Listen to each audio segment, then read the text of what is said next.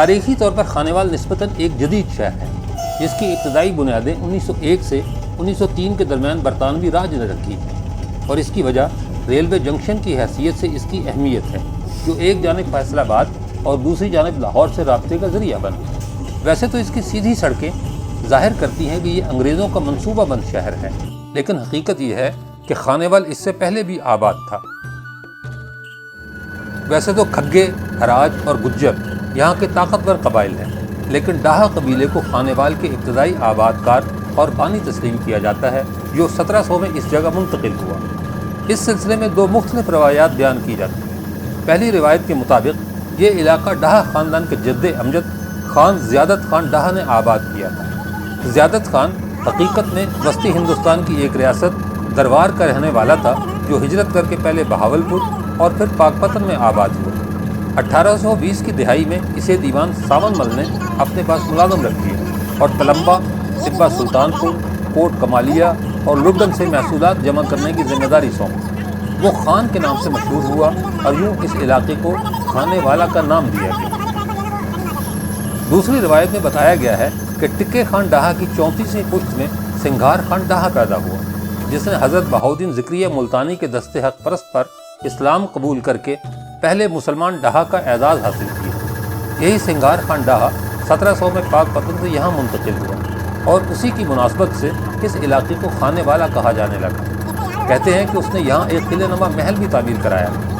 اسی کی تیسری یا چوتھی پشت سے حسن خان ڈاہا تھا، جس کا شمار علاقے کے مشہور کاروباری افراد میں ہوتا تھا۔ 1768 میں حسن خان ڈاہا کو افغان حکومت نے ایک سند بھی عطا کی تھی۔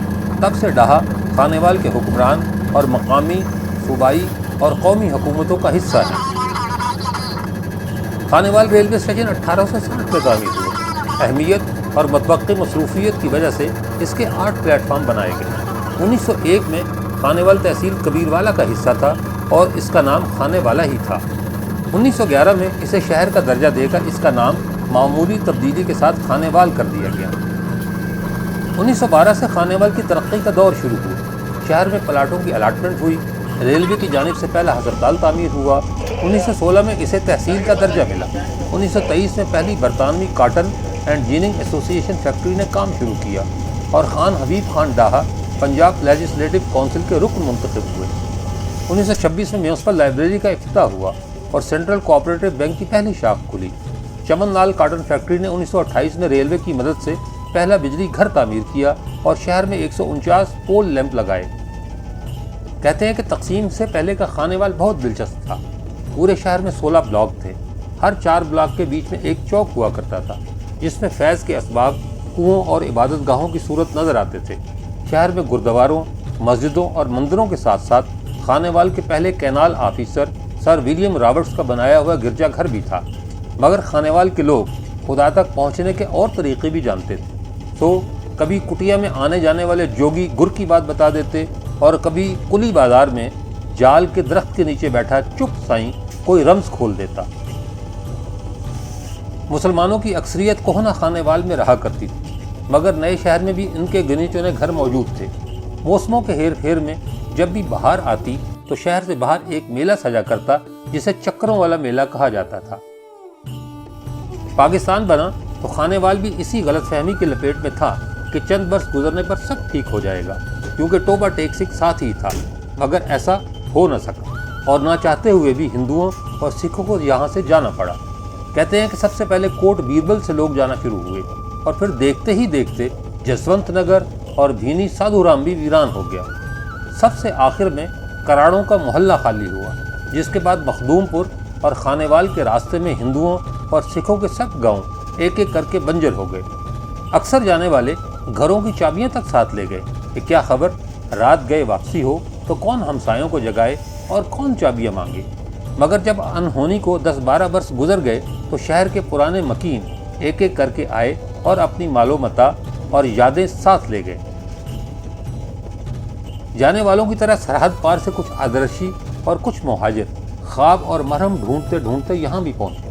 شہر کا ریلوے اسٹیشن اتنا بڑا تھا کہ بہت سے لوگ شہر کو بھی اسٹیشن جیسا ہی بڑا سمجھ کر اتر گئے اور پھر واپس نہیں گئے۔ پاکستان بننے کے بعد خانیوال کے خال و خط تیزی سے بدلنے لگے۔